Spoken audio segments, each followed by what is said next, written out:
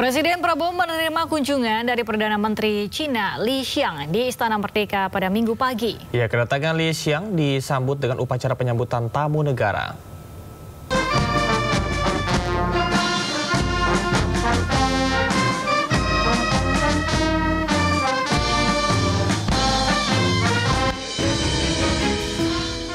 Presiden Prabowo Subianto menyambut dengan hangat kedatangan Perdana Menteri Cina Li Qiang di Istana Merdeka Jakarta Minggu pagi. Kunjungan Perdana Menteri Cina Li Qiang disambut dengan pasukan kehormatan, ribuan siswa dan pasukan berkuda. Sejumlah Menteri Kabinet Merah Putih juga hadir mendampingi Prabowo menerima kunjungan Perdana Menteri Cina Li Qiang.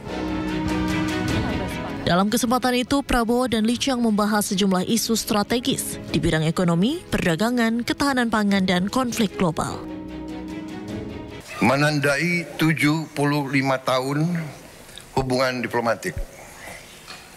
Juga tahun ini adalah 70 tahun konferensi Asia Afrika di Bandung. Dua negara kita masing-masing memiliki sejarah yang panjang dan sekarang ini kita telah menjadi mitra yang memiliki hubungan strategik yang komprehensif. Yang mulia, saya tegaskan kembali komitmen kami untuk memperkuat kemitraan ini dengan Republik Rakyat Tiongkok dan dengan bangsa Tiongkok. Pertemuan antara Presiden Prabowo Subianto dan PM Cina Li Qiang menegaskan komitmen kedua negara untuk memperkuat hubungan bilateral dan kerjasama strategis di berbagai sektor. Dari Jakarta, Tim Liputan iNews melaporkan. Pemirsa, Presiden Prabowo dan Perdana Menteri Cina Li Qiang menyepakati 12 poin kerjasama dalam pertemuan bilateral di Istana Kepresidenan Jakarta. Indonesia dan Cina sepakat memperkuat kerjasama antar kedua negara. Adapun kerjasama tersebut meliputi berbagai sektor, mulai dari ekonomi hingga kesehatan, dengan rincian 4 nota kesepahaman dan 8 rencana kerjasama. Kesepakatan kerjasama strategis kedua negara diharapkan dapat menciptakan kawasan yang damai, aman, dan sejahtera.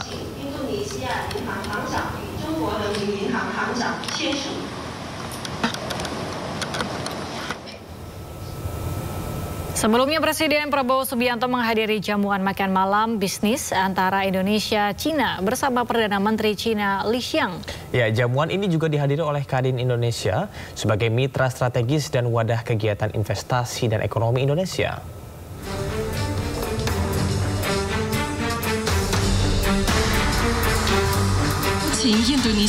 Presiden Prabowo Subianto menghadiri jamuan makan malam bisnis antara Indonesia-Cina bersama Perdana Menteri Cina Li Qiang.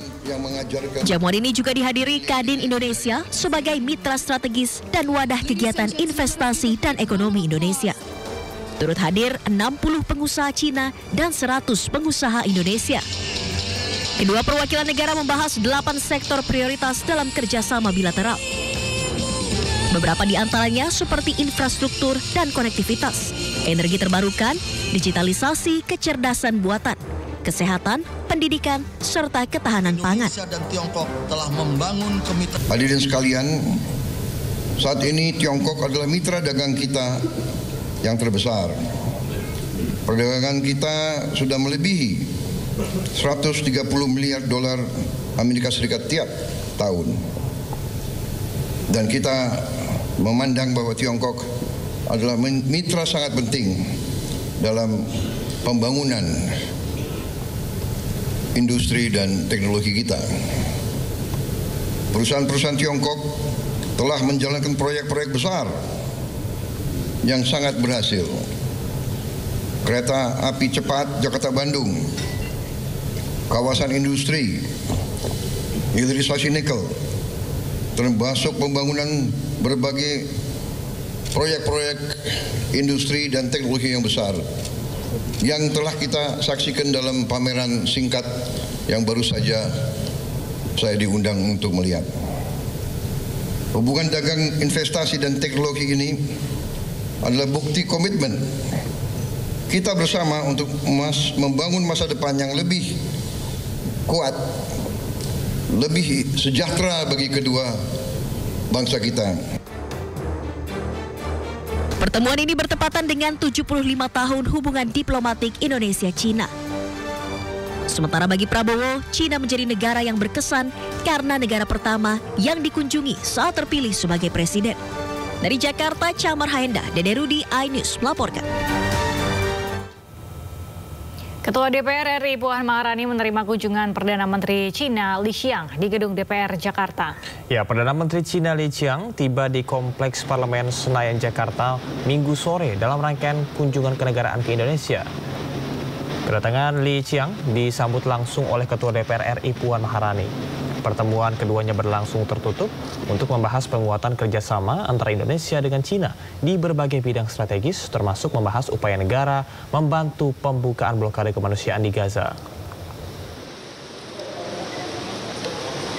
Dalam pertemuan tadi, kami membahas berbagai isu terkait kerjasama bilateral kedua negara seperti bidang politik, ekonomi, sosial, budaya, dan tentu saja termasuk kerjasama antar parlemen. Dan kami juga membahas situasi politik dan ekonomi global dan regional. Termasuk juga kami membahas terkait dengan bagaimana membuka blokade kemanusiaan yang ada di Gaza, meminta dukungan kepada RRT dan bagaimana agar perang yang ada di wilayah Gaza bisa segera berakhir dengan adanya two-state solution.